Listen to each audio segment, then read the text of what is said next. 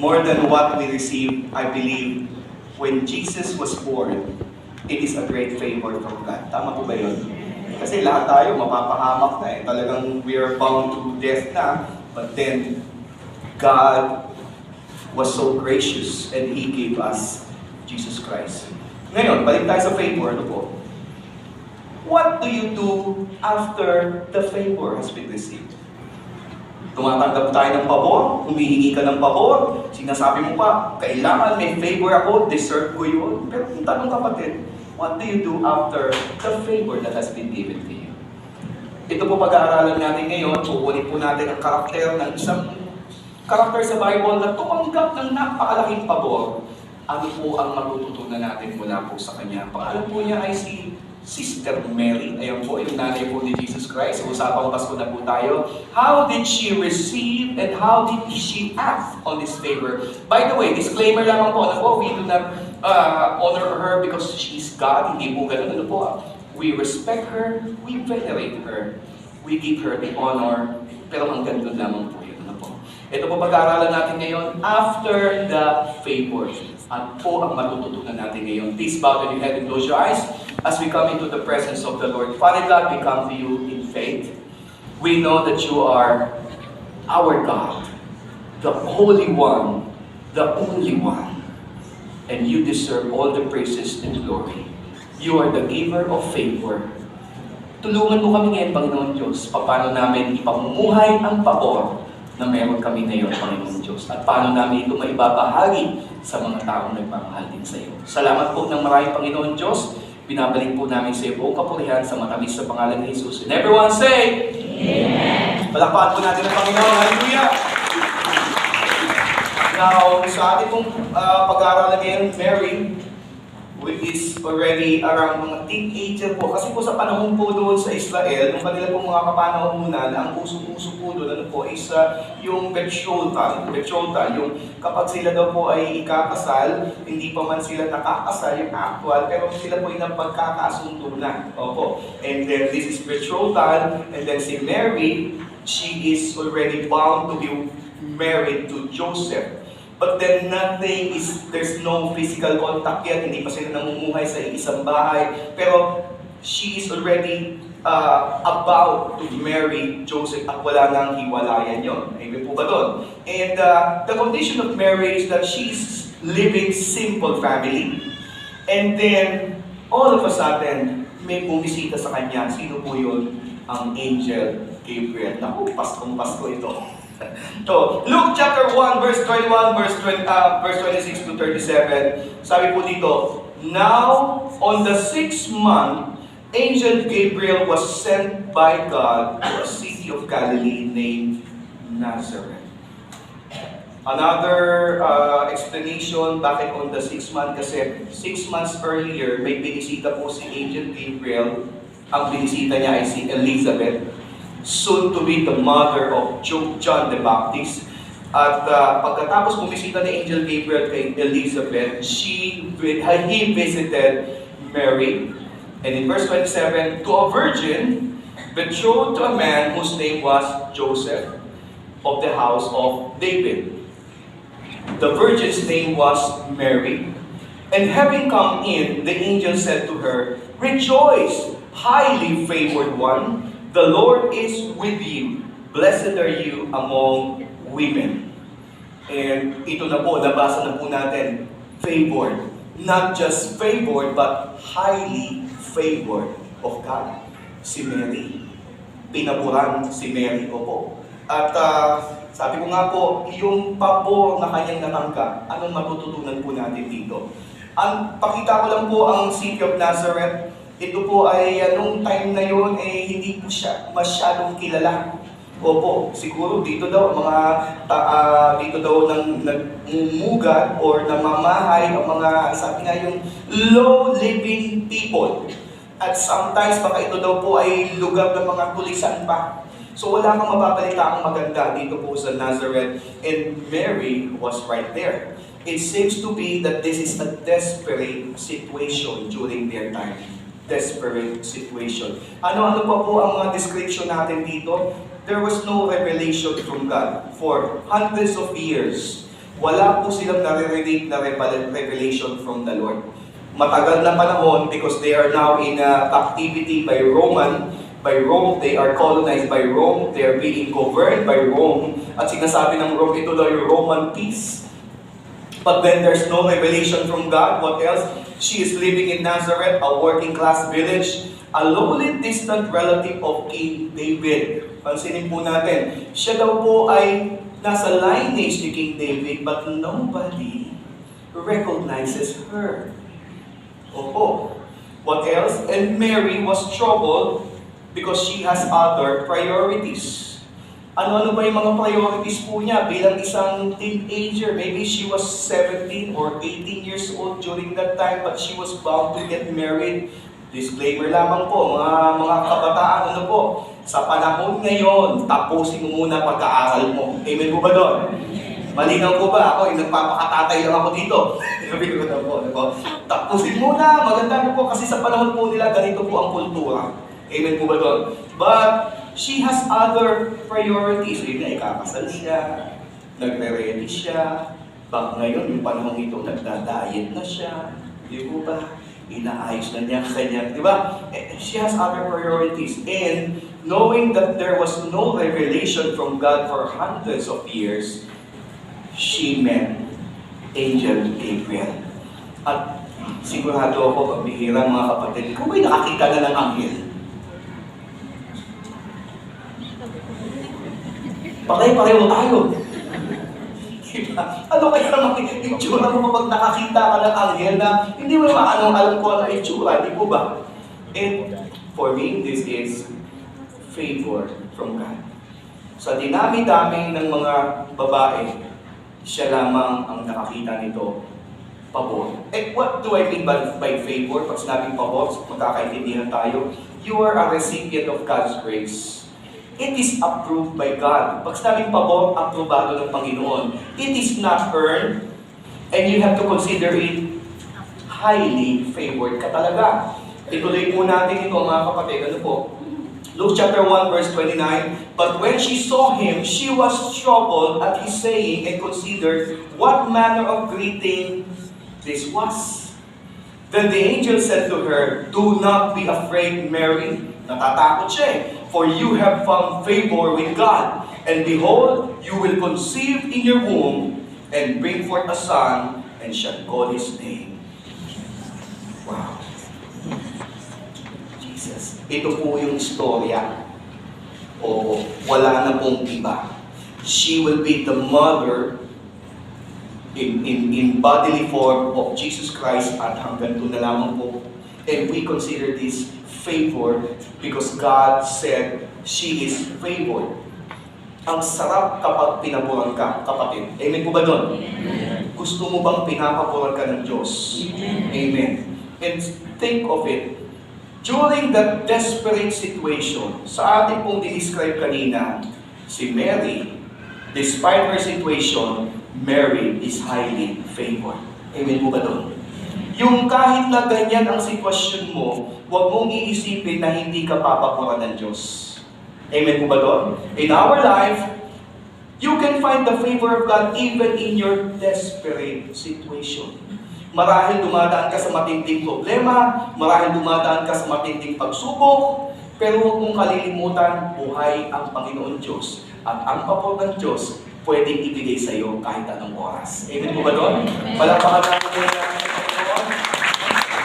Now, sabi nga no, hindi lahat makakatanggap yan, Pastor. Totoo lang. Totoo naman. Opo. But then, what are the things that you can observe in the Bible that may you be considered as a recipient of favor? Siyempre mga kapatid, kung titingnan po natin ang salita ng Diyos, sino-sino po ba ang mga pinapapuran ng Panginoon Diyos? Let me show you this verse in Psalm chapter 84 verse 11. For the Lord God is a sun and shield. The Lord will give grace and glory. No good thing will He withhold. Kanino daw? From those who walk uprightly. Sino daw pong papaboran ng Panginoon?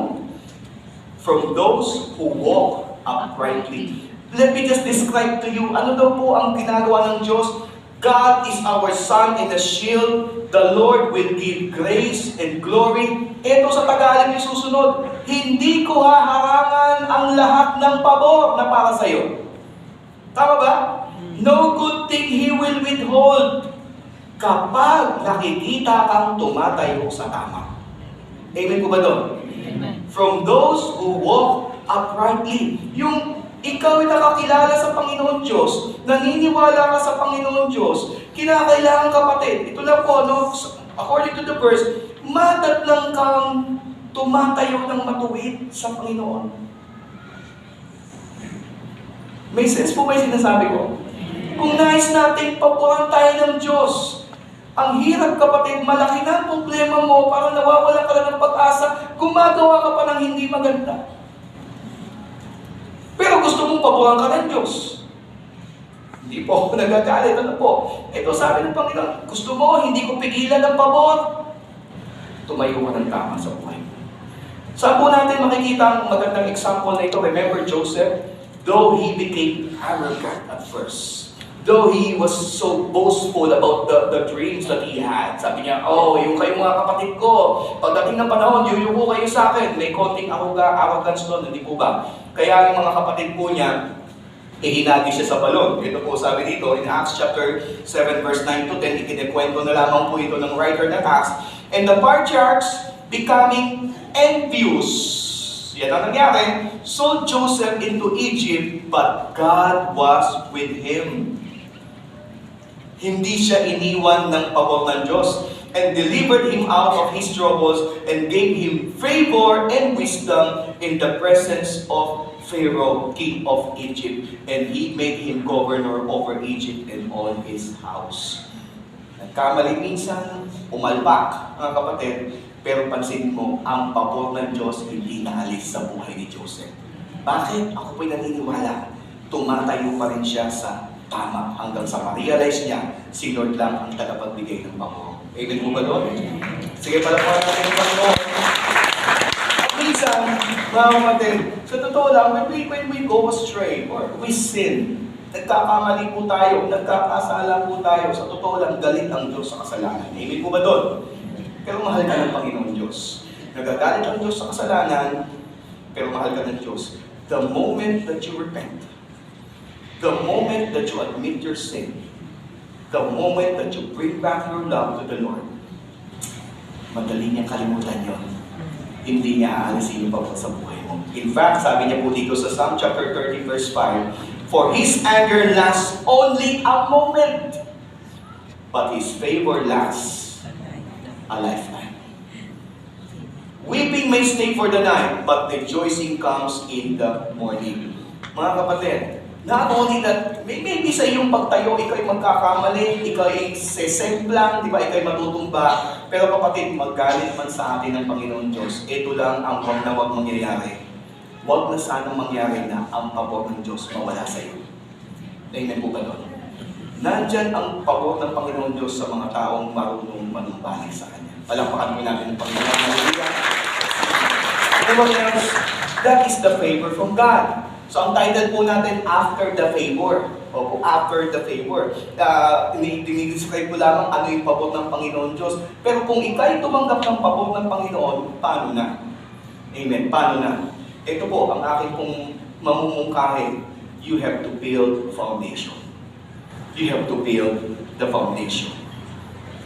Ano po yung foundation na sinasabi ko? Yung magpalalim tayo sa salita ng Diyos, unawain natin yung pabor na binibigay ng Diyos. Kasi kung hindi na yung magpapalalim sa pagkakilala sa Panginoon Diyos, sayang ang pabor na tinatanggap natin. Sabi po dito sa Luke chapter 1 verse 32, Mary being so innocent about the things that has been happening, Mary, maybe siya ay naturuan ng kanyang magulang sa kanyang mga ninuno, sa kanyang ugat, sa kanyang pagkaalam sa salita ng Diyos. Ito ang sabi ni Angel Gabriel sa kanya. Luke chapter 1 verse 32, He will be great and will be called the Son of the Highest, and the Lord God will give Him the throne of His father David. Teka muna, sino po ba ang tinutukoy ni Gabriel? Yung malalagay sa kanyang sinapupunan. Tama po ba yun? Dinidescribe niya, He will be great.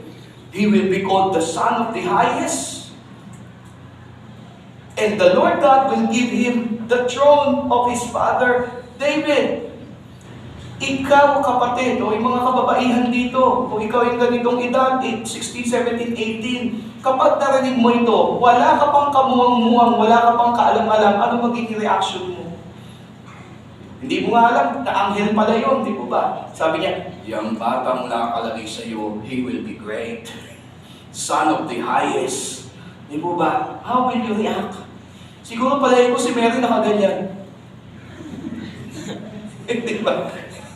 Ano pa sasabihin? At ito pa sasabihin niya, He will reign over the house of Jacob forever, and of His kingdom there will be no end. Wow, pambihira. Ano po? How can Mary possibly understand these things? Nasusundan po ba natin? Tayo, binabasa na lang natin ito. Pero bilang kabataan, paano niya ito i-take? Bilang kabataan, paano ko ito? Baka alam lang ni Mary magpiko. Sa palang kabagong panahon, baka alam ko lang dito mag-Netflix. Ano ko maintindihan to? Baka Korean novela lang natin, di po ba? How? Tapos ito pa, hindi pa tumitigil si Gabriel, ha? Hindi pa tumitigil si Gabriel. Sabi, nagtanong nga si Mary.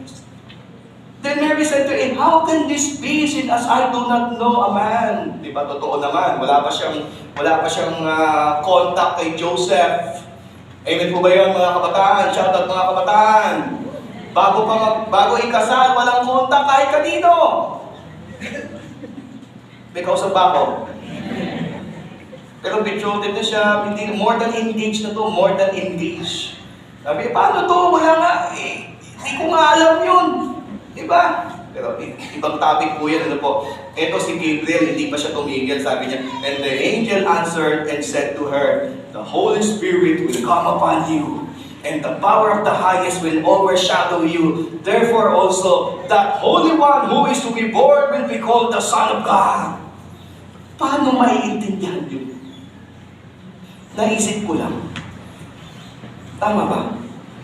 Paano maintindihan nyo? Siguro nga ikaw hindi mo rin naintindihan. Tama po ba yun? Imagine a teenager will be receiving that kind of revelation from the Lord. Siya lang po naisip ko. Kung hindi malalim ang pagkakilala mo sa salita ng Diyos, mamamangha ka talaga. Amen po ba ito? That's why you need foundation. Sa pabor na tinatanggap mo, kinakailangan magpalalim ka sa pundasyon mo sa salita ng Diyos. Amen po ba doon? Why? Kasi sa pabor, isang sangkap na yan. Isang composite whole. Sa totoo lang po, dito makikita po natin po. Sino ba tinutukoy dito ni Angel Gabriel? The Holy Spirit will come upon you. And the power of the highest will overshadow you. Therefore also, that Holy One who is to be born will be called Son of God.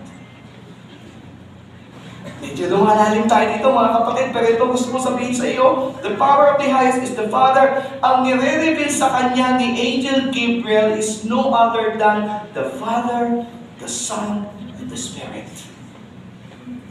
The Trinity. At kung hindi mo lalaliman ng pagkaunawa mo, kapatid, sa salita ng Diyos, maliligaw ka. Maliligaw ka. Kagaya ng iba, mga kapatid, ano po, dahil ginagawa pang Diyos si Mary. You need to build foundation. Binless ka na ng Panginoon, pinaburan ka na ng Diyos, marahil pinagaling ka ng Panginoon, marahil ikaw ay inayos ng Panginoon ang negosyo mo, inayos ng Diyos ang pamilya mo, pero papaano ka nagpapalalim sa katotohanan ng salita ng Diyos? You need to build foundation. After the favor, you need to build foundation. What else? What you need after the favor is, say this, fellowship. Fellowship.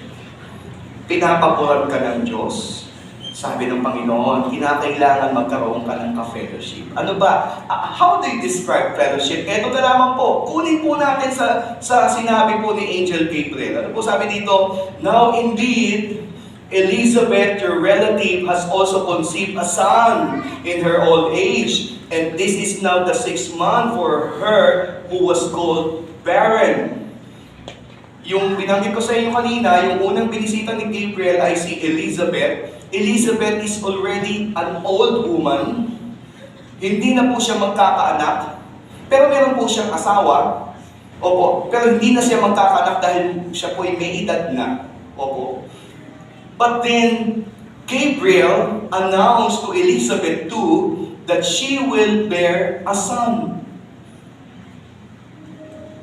What will happen to her is a miracle indeed. And in fact, sa Bible, sino daw po magiging anak ni Elizabeth ay, naging anak niya ay si John the Baptist. Tama po ba yun? Relative po sila ni Jesus Christ sa totoo lang, kasi relative siya ni Mary. But, nasa ng fellowship doon? Ito yan. Sabi ni Gabriel, Mary, hindi mo maintindihan lahat ng sinasabi ko sa iyo.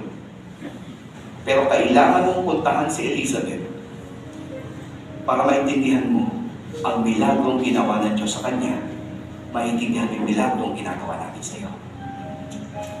You need to have fellowship to the people who understands your situation. Hindi pwede kasing sa'yo lang yan, marahil hindi yan pabor, o marahil yan ay problemang malaki, at ikay nagmumukmuk lang sa isang sulok. Sabi dito, problema yan, sabi ni Gabriel, problema yan pag hindi mo yan isi-share. Kanino mo yan isi-share? Sa taong nakakaintindi rin sa sitwasyon mo. Magbubuntis ka, meron kang isang kamag-anak, ganyan din ang nangyari. Mag-fellowship kayo hanggang sa maitaas yung Panginoon kasi nauunawaan nyo, lahat yan ay gawa ng Panginoon Diyos. Amen? Hallelujah! So, we need to have fellowship. Why? Pabor man yan, ulitin ko, or problema. Hindi pwedeng sa pinagdadaanan mo walang nakakaunawa sa iyo ng tagasimbahan na dumaan din dyan. Walang unique kapatid. Bakit? Ito sasabihin sa inyo ng Panginoon. Kaya po yun yung mga C2S natin, ano po, yun yung mga connection, fellowship, po. Kaya gusto ng ating church, meron tayong mga tuloy-tuloy na mga fellowship. This is the prayer, this is our prayer, na tayo pong lahat ay ma-involve. Why? Kapag natuto ka ng magbahagi, mag-share, kapatid, ito makikita mo, sa pinagdadaanan mo, walang imposible sa pangalan ng Panginoon. Amen. Hallelujah. Then after the favor, opo, una, you have to build foundation, fellowship. Lastly, you have to flourish. Flourish. Kapatid, ang pabor na binibigay sa ng Diyos ay binhi. Ito ay buto, ito ay binhi. Gusto ng Panginoon Diyos, huwag niyang masayang, yan ay lumago. Well, Mary said something that will relate to this flourish. Sabi dito ni Mary, behold, the maidservant of the Lord, let it be to me according to your word. And the angel departed from her. Pagkamat hindi naiintindihan ni Mary ang lahat ng sinabi ni Gabriel, Angel Gabriel po. Ito po kanyang sinabi, I am the servant of the Lord.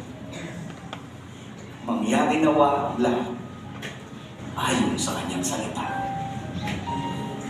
Nakikita mo kapatid, nagpapalalim siya sa salita ng Diyos.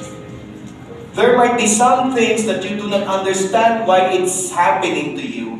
But if you are deeply rooted in the Word, nawa ito lang lumabas sa ating bibig, Lord, mangyari na ba? Mabigat ito pinagdadaanan ko, pero mangyari yung kalooban mo. You will flourish. Paano nag-glory si Mary? I'll just give you one instance.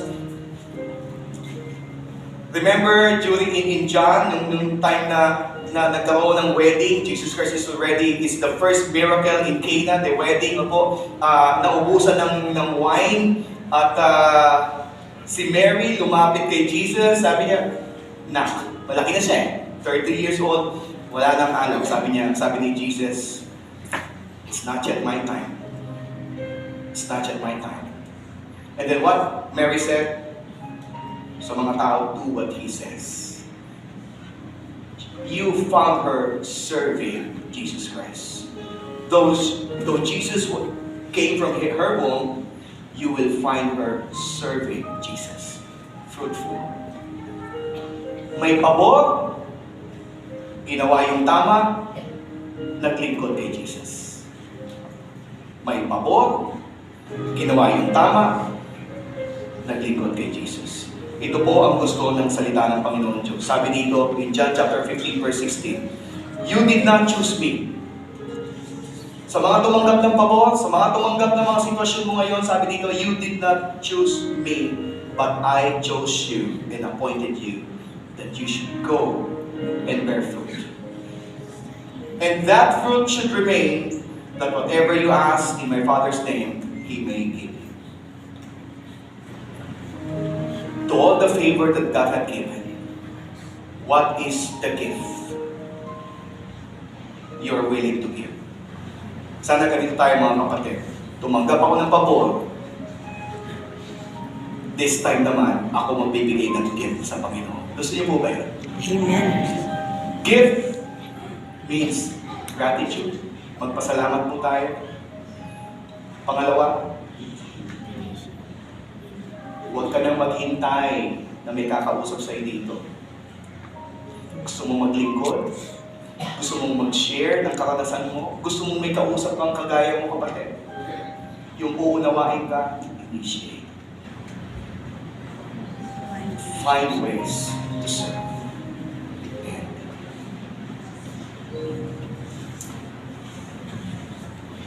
church, this will be our first Christmas here in Trece. Masaya ka ba? Amen.